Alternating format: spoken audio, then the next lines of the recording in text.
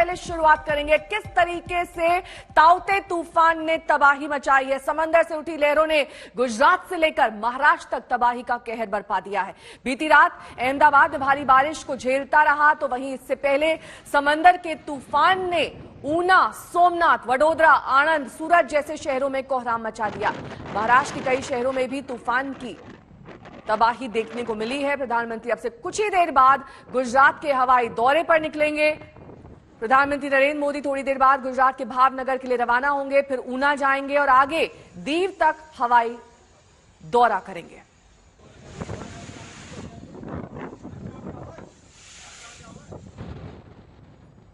ये अहमदाबाद की तस्वीर आप देख रहे हैं, जहां पर सब कुछ तबाह होने की कगार पर है। जी हां, छतें उड़ गई, कई इमारतों को नुकसान पहुंचा है। काफी तेज गति से हवाएं चली, जिसकी वजह से सड़क पर कई होर्डिंग्स नीचे आ गए। लोगों के बचाव के लिए पहले से ही वहां पर वार्निंग जारी कर दी गई थी। और ये तबाही का मंजर आप देख सकते हैं अहमदाबाद की सड़क पे, जो सबसे बड़े शहरों में से एक, वहां पर इस तरीके से तबाही मचाई है ताउते तूफान ने। सबसे ज्यादा प्रभावित राज्य गुजरात ही रहा है। वहां पर काफी घंटों से बारिश जारी है, तेज हवाएं भी चल रही है, जिसके मद्देनजर सड़क पर इक्का दुक्का लोग ही दिखाई दे रहे हैं। पूरी सड़क की तस्वीर देखिए, यहां पर किस कदर पानी भर चुका है। वहां से गुजरना लोगों के लिए मुश्किल हो रहा है। और इस बीच कई ऐसी चीजें जो अब पूरी तरीके से नष्ट हो चुकी हैं।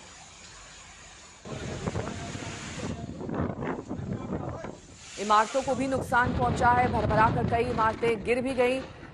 खास तौर पर जो मंजर हम आपको दिखा रहे हैं, इस बीच तेज हवाओं और बारिश ने लोगों को डरा और सहमा दिया है। ये तस्वीर देखिए किस तरीके से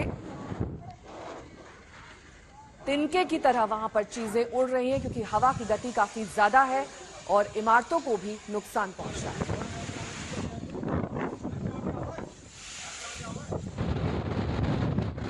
तो समंदर से उठे इस चक्रवात ने जैसे गुजरात के समंदर किनारे बसे शहरों को मत कर रख दिया। पेड़ हवा में उड़ गए, खंबे लहराने लगे, मकान कांपने लगे और बारिश से बाढ़ जैसे हालात बन गए।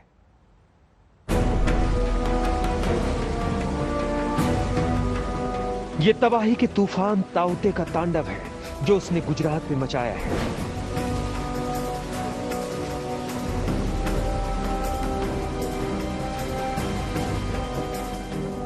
जड़ समेत बहुत बड़ा पेड़ दुकान की छत पर गिरा हुआ है।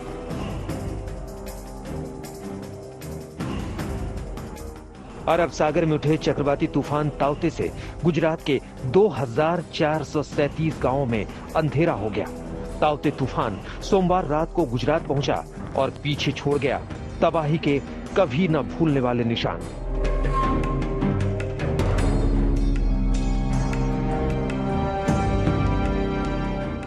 गुजरात में ताउते ने क्या तबाही मचाई है, उसकी सबसे ताजा तस्वीर है ये, जहां एक इंस्टीट्यूट की इमारत का हिस्सा तूफान के आगे ढेर हो गया।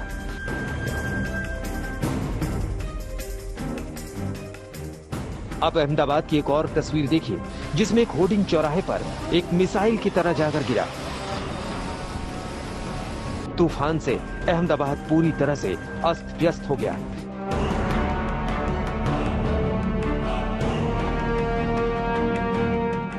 अहमदाबाद ही नहीं, गुजरात का जूनागढ़ हो या अमरेली, हर जगह तूफान ने जमकर तांडव मचाया।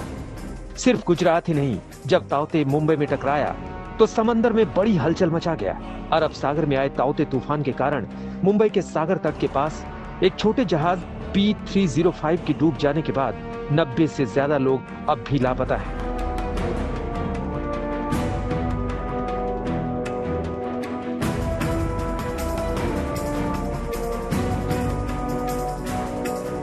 भारतीय नौसेना ने बताया कि जहाज पर सवार 270 लोगों में से 177 लोगों को बचा लिया गया है, जबकि बाकी लोगों की तलाश जारी है। 3 अन्य व्यापारिक जहाज, जिनमें 700 लोग सवार हैं, वो अरब सागर में खड़े हैं। तूफान में फंसे 304 लोगों को अभी तक सुरक्षित बचा लिया गया है। अरब सागर में फंसे अन्य 2 जहाजों को खोज लिया गया है और वहां बचाव कार्य जारी है। अहमदाबाद से गोपी घांगर के साथ साहिल जोशी, मुंबई, आज तक।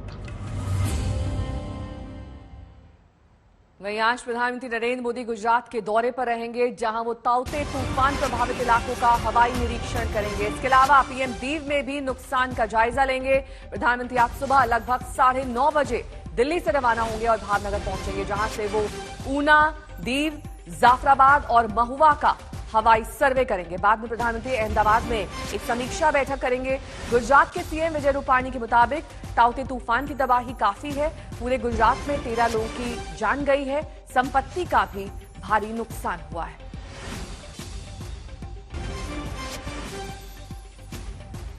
गोपी घांगर हमारी संवाददाता और जानकारी के साथ जुड़ गई हैं। गोपी, जो प्रधानमंत्री का कार्यक्रम है, लगभग अधिकांश कार्यक्रम हवाई सर्वे का है, लेकिन इसके साथ ही सीएम से भी मुलाकात का कार्यक्रम है क्या? और दूसरा सवाल आपसे ये कि डिजास्टर मैनेजमेंट टीम्स क्या आकलन कर रही हैं? कौन कौन से वो इंटीरियर्स और शहरी इलाके हैं जहां पर नुकसान पहुंचा है? कितने करोड़ की संपत्ति का लगभग आकलन हुआ है जो पूरी तरीके से तबाह हो चुकी है? बिल्कुल नेहा, आपको बता दूं कि चक्रवात ताउते जहां से भी गुजरा है वहां पे तबाही करता गया है। और खास करके जो बात की जाए, अगर ग्रामीण इलाकों की, समुद्र किनारों की बात की जाए, तो अमरेली, भावनगर के महुआ में और गिर सोमनाथ के ऊना में सबसे ज्यादा तबाही, और दीव में ये जो 4 शहर है जहां सबसे ज्यादा तबाही का मंजर हमें देखने मिला। हम खुद वहां पे गए थे, सारे पेड़ वहां पे उखड़ गए और माना जा रहा है कि 60,000 से ज्यादा पेड़ जो है वो इस चक्रवात में गिर गए। यहाँ तक कि अहमदाबाद में भी जब साइक्लोन पहुंचा तो अहमदाबाद में भी भारी नुकसान इस साइक्लोन की वजह से हुआ है। तो जहां जहां साइक्लोन गया है वहां पे तबाही उसने मचाई है। आज खुद प्रधानमंत्री यहाँ पहुंचेंगे, सुबह भावनगर में 11 बजे प्रधानमंत्री लैंड करेंगे। उसके बाद वहां से वो हवाई निरीक्षण करेंगे।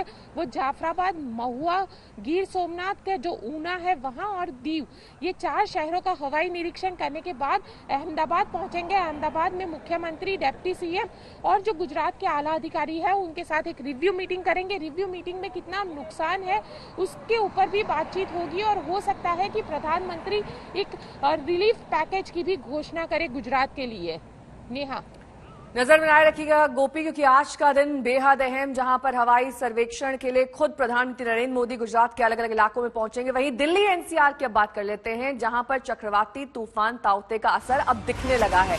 दरअसल कल शाम से ही दिल्ली और आसपास के इलाकों में बारिश हो रही है, जिसमें दिल्ली, नोएडा, गाजियाबाद और गुरुग्राम जैसे तमाम इलाके शामिल हैं, जहां पर देर शाम से ही काले बादल छाए हुए थे। अब हवाएं भी चलने लगी हैं। दिल्ली एनसीआर के कई इलाकों में बारिश का आज अलर्ट जारी किया गया है। यहां पर तेज हवाओं के साथ बारिश हो सकती है। कुमार कुणाल हमारे संवाददाता तमाम जानकारी के साथ जुड़ गए हैं। कुमार कुणाल, मौसम विभाग क्या कह रहा है? किस तरीके से तूफान ताउते का असर दिल्ली और एनसीआर पर देखा जाएगा और कितनी देर तक ये असर जारी रहने वाला है?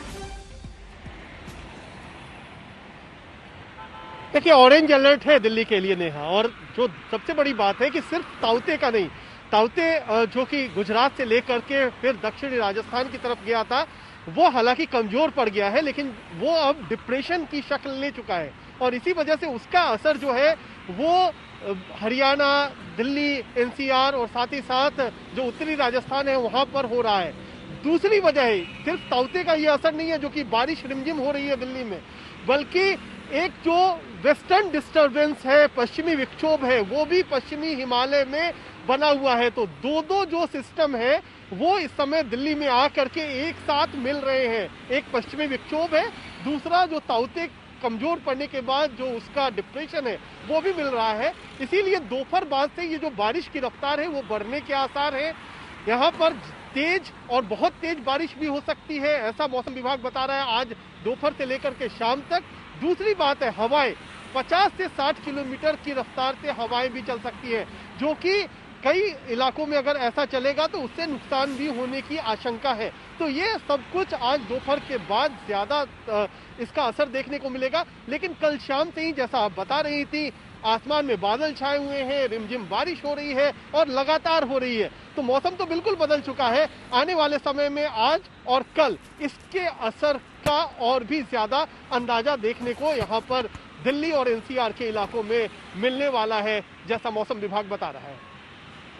बहुत बहुत शुक्रिया कुमार कुणाल, इस तमाम जानकारी के लिए आपका। तो यहाँ पर दिल्ली एनसीआर का मौसम बदल चुका है, लेकिन मुंबई के पास समंदर में भारतीय नौसेना राहत और बचाव के ऑपरेशन में कई मोर्चों पर तैनात है और एक्शन में है। मुंबई के समंदर से 35 नॉटिकल माइल्स दूर बार्ज P305 जहाज तूफान में बुरी तरह से फंस गया, करीब डूब रहा है। जहाज से करीब सारे लोग निकाले जा चुके हैं और इस वक्त तलाशी अभियान पर नजर है। मुंबई के पास ही GAL से जुड़े लोगों को नौसेना के हेलीकॉप्टर ने बचाने में कामयाबी हासिल कर ली है। उधर गुजरात के उफनते समंदर में 3 शिप पर सवार लोगों की रक्षा के लिए INS तलवार तैनात है।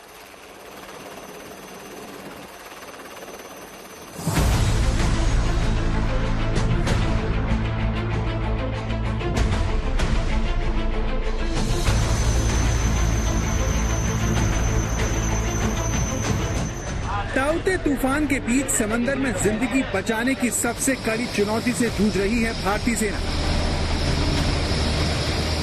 बीच समंदर में फंसे 4 जहाजों पर जिंदगी की ऐसी तलाश भारतीय नौसेना ने कभी नहीं की है। भारतीय नौसेना लगातार रेस्क्यू ऑपरेशन कर रही है और लोगों को बचाने के लिए अपने सबसे मुश्किल मिशन में जुटी है। सबसे पहले उन 4 जहाजों के बारे में जानिए जिन पर 710 लोग ताउते तूफान की वजह से फंस गए। बार्ज P305 पहला जहाज था जिस पर 273 लोग सवार थे, जिसमें से 177 को बचा लिया गया। बार्ज P305 के डूब जाने के बाद 74 से ज्यादा लोग अब भी लापता बताए जा रहे हैं। दूसरा जहाज बार्ज गाल कंस्ट्रक्टर जिस पर सवार सभी 137 को रेस्क्यू कर लिया गया। तीसरा जहाज बार्ज SS3 और चौथा जहाज सागर भूषण जिस पर 101 लोग फंसे हैं, जिन्हें खोजकर बचाव का काम जारी है। इस तरह अरब सागर छोटा जहाज P305 डूब गया है और बाकी 3 व्यापारिक जहाज समंदर में सुरक्षित है। लेकिन जब ये चारों छोटे जहाज ताउते तूफान में फंसे तो इनकी तरफ से नौसेना को मदद मांगी गई, जिसके बाद नेवी ने पहले 3 और फिर 5 बड़े जहाजों को भेज दिया। नौसेना के मुताबिक ताउते तूफान के बीच का ये खोज और बचाव अभियान हाल के दशकों का सबसे चुनौतीपूर्ण ऑपरेशन है। Well, this is one of the most challenging search and rescue operations I have seen in the last 4 decades. As we speak, 4 of our Indian Navy ships are on site. That is INS Kochi, INS Kolkata, INS Talwar and INS Betwa. For the last 20 hours, these units have been battling to search and rescue as many people as they can through the dark night and challenging weather conditions. सोमवार को चक्रवात की वजह से P305 नाम का जहाज Mumbai high के हीरा ऑयल फील्ड्स के तट से दूर चला गया। ताउते जहाज का खतरा बढ़ता देख जहाज में मौजूद चालक सदस्यों ने नौसेना से मदद की गुहार लगाई और भारतीय नौसेना तुरंत एक्शन में आ गई। समंदर में फंसे बार्ज P305 में 273 लोग फंसे हुए थे। उनकी जिंदगी को बचाने के लिए नेवी ने सबसे पहले INS कोची को मदद के लिए भेजा। INS कोची के बाद INS कोलकाता और INS तलवार को रेस्क्यू ऑपरेशन में उतारा गया। ऑफशोर सपोर्ट वेसल्स अहिल्या और ओशन एनर्जी को भी तत्काल मदद के लिए रवाना किया गया। ये 4 बजे हुआ, ये जो भी है ये सब 4 बजे के बाद तो हल्का पूरा बारिश था, फिसलने का डर रहता है। ऐसा ये घर तो नहीं है ना जो कि आराम से चल सकते हैं। बड़ा कल का दिन ही जो है बहुत खराब गया। जब हम देखे कि रेस्क्यू बोट कल आ गया था 5 बजे, तो उसके बाद हमको पता चल गया कि हमको रेस्क्यू कर लेंगे। फिर आज सुबह नेवी का 2-3 चॉपर घूम रहा था तो हमको वो ले आए। नेवी का पूरा अमला सोमवार देर रात से ही लोगों की जिंदगी बचाने में लग गया। सुबह होते ही P-81 सर्विलांस एयरक्राफ्ट और हेलीकॉप्टर को भी रेस्क्यू ऑपरेशन में उतारने से ऑपरेशन की ताकत में इजाफा हो गया।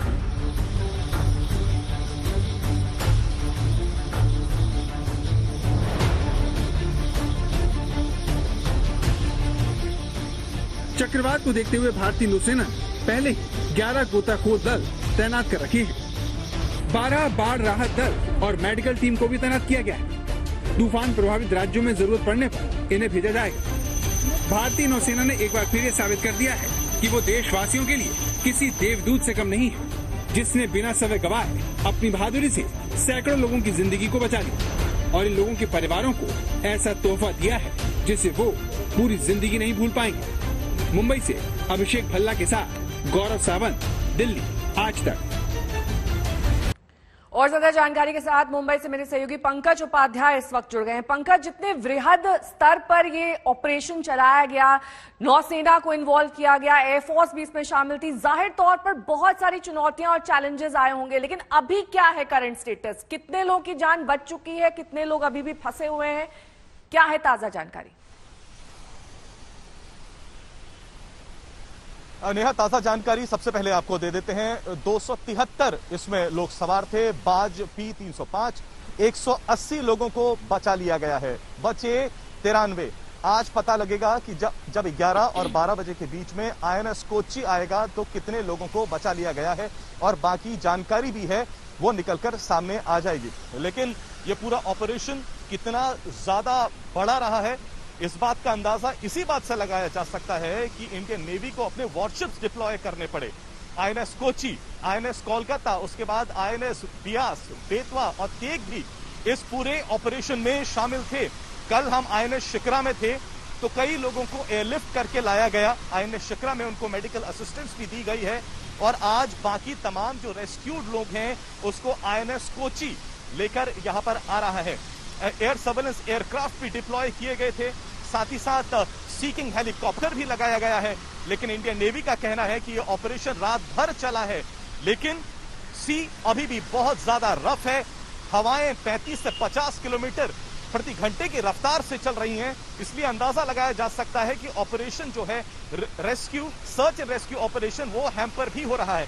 लेकिन आज 11 और 12 बजे के बीच में INS कोच्चि मुंबई आ रहा है। कितने उसमें से लोग रेस्क्यू कर लिए गए हैं, जो 93 बचे हैं, अब उसका खुलासा थोड़ी ही देर पे हो जाएगा। बाकी लोगों को पहले ही बचा लिया गया था, लेकिन सर्च ऑपरेशन रात भर चला है। आज का दिन बहुत महत्वपूर्ण है। 11 से और 12 के बीच में INS कोच्चि मुंबई आ रहा है। बहुत बहुत शुक्रिया इस तमाम जानकारी के लिए आपका। देश में कोरोना की रफ्तार अब भी जारी है। रोजाना कम से कम 3.25 लाख तक नए केसेस सामने आ रहे हैं। शहरों में हाँफती स्वास्थ्य सेवा का हाल तो सबने देख लिया है, लेकिन अब असली डर गांव को लेकर है। पीएम ने भी एक दिन पहले गांव में वायरस को लेकर डर जताया, तो वहीं राज्यों ने पहले केंद्र को चिट्ठी लिखकर गांव में कोरोना रोकने पर जोर दिया। मदद मांगी गई और यह बताया कि अब तक क्या स्टेटस है।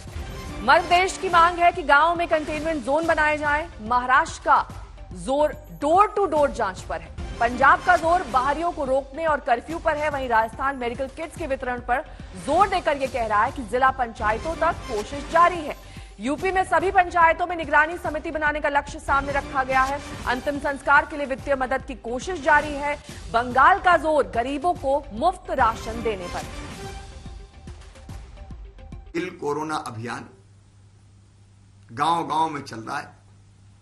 हमारी सर्वे की टीम प्रत्येक घर जा रही है, द्वार खटखटा रही है।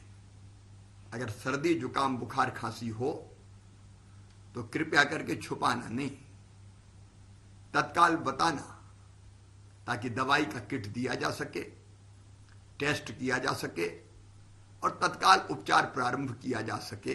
लगभग 1 लाख के आसपास हमारे पास राजस्व गांव है।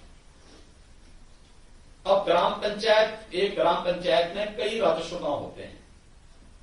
राजस्व गांव में भी कई पूर्वे होते हैं। इसलिए उनसे कहा गया कि आप लोग राजस्व गांव को केंद्रित करते हुए स्क्रीनिंग की कार्रवाई करें। संदिग्ध और हर लक्षण युक्त व्यक्ति को चिन्हित करके उनकी सूची बनाइए। अपने परिवारां नूं बचाओ, अपने बच्चों नूं बचाओ, घर वालियां नूं बचाओ, गुआंढियां नूं बचाओ, पिंड बचाओ, मुहल्ले बचाओ। जाओ, जदों भी कोई गल हुंदी है जाओ डॉक्टर कोल और अपना टेस्ट करवाओ, और अगर थोड़ा कोविड है अपना परिवार का भी टेस्ट कराओ और जाओ बाहर।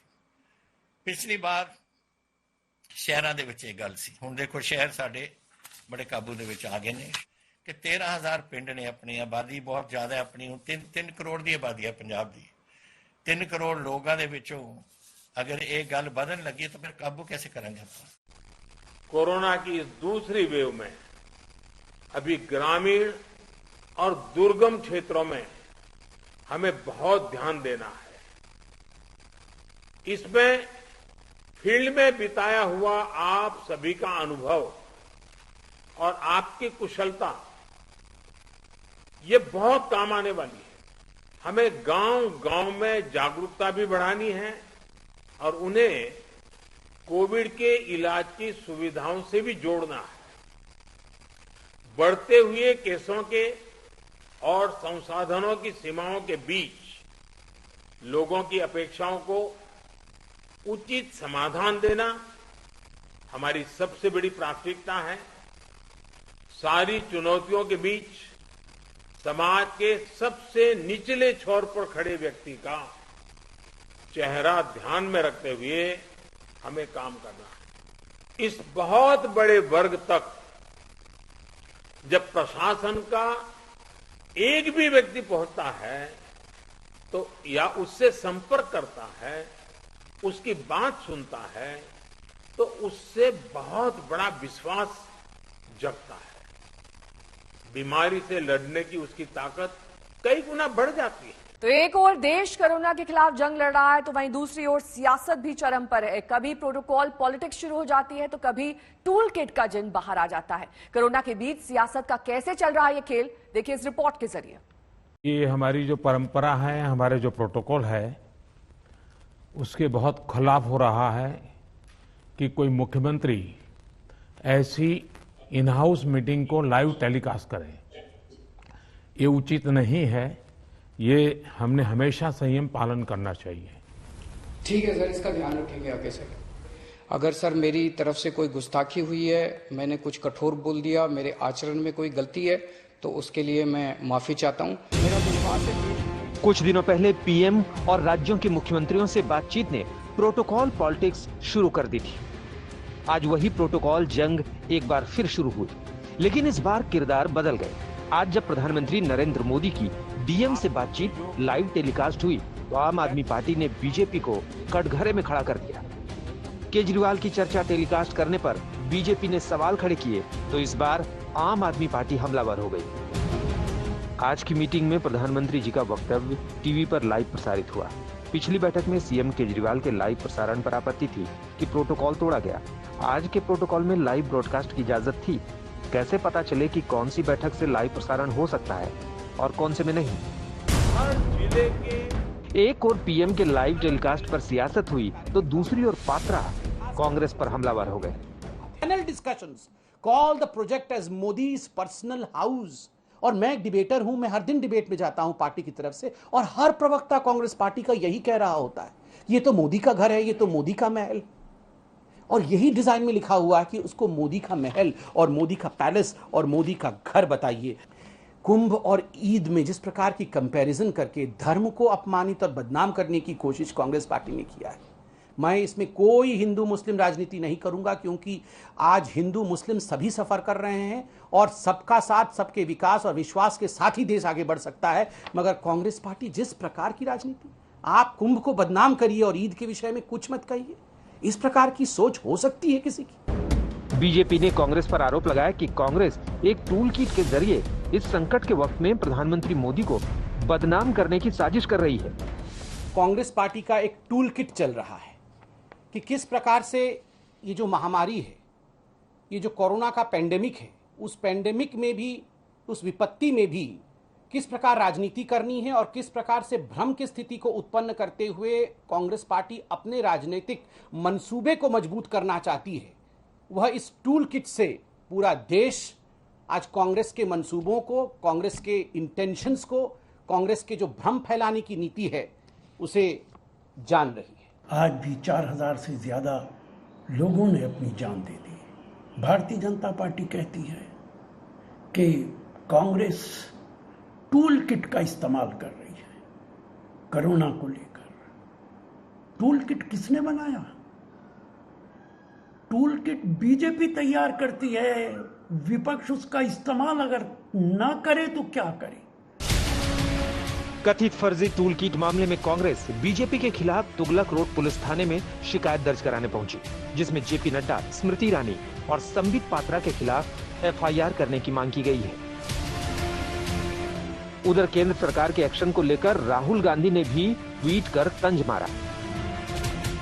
मोदी सिस्टम में जितनी आसानी से सवाल उठाने वालों की गिरफ्तारी होती है, उतनी आसानी से वैक्सीन मिलती तो देश आज दर्दनाक स्थिति में ना होता।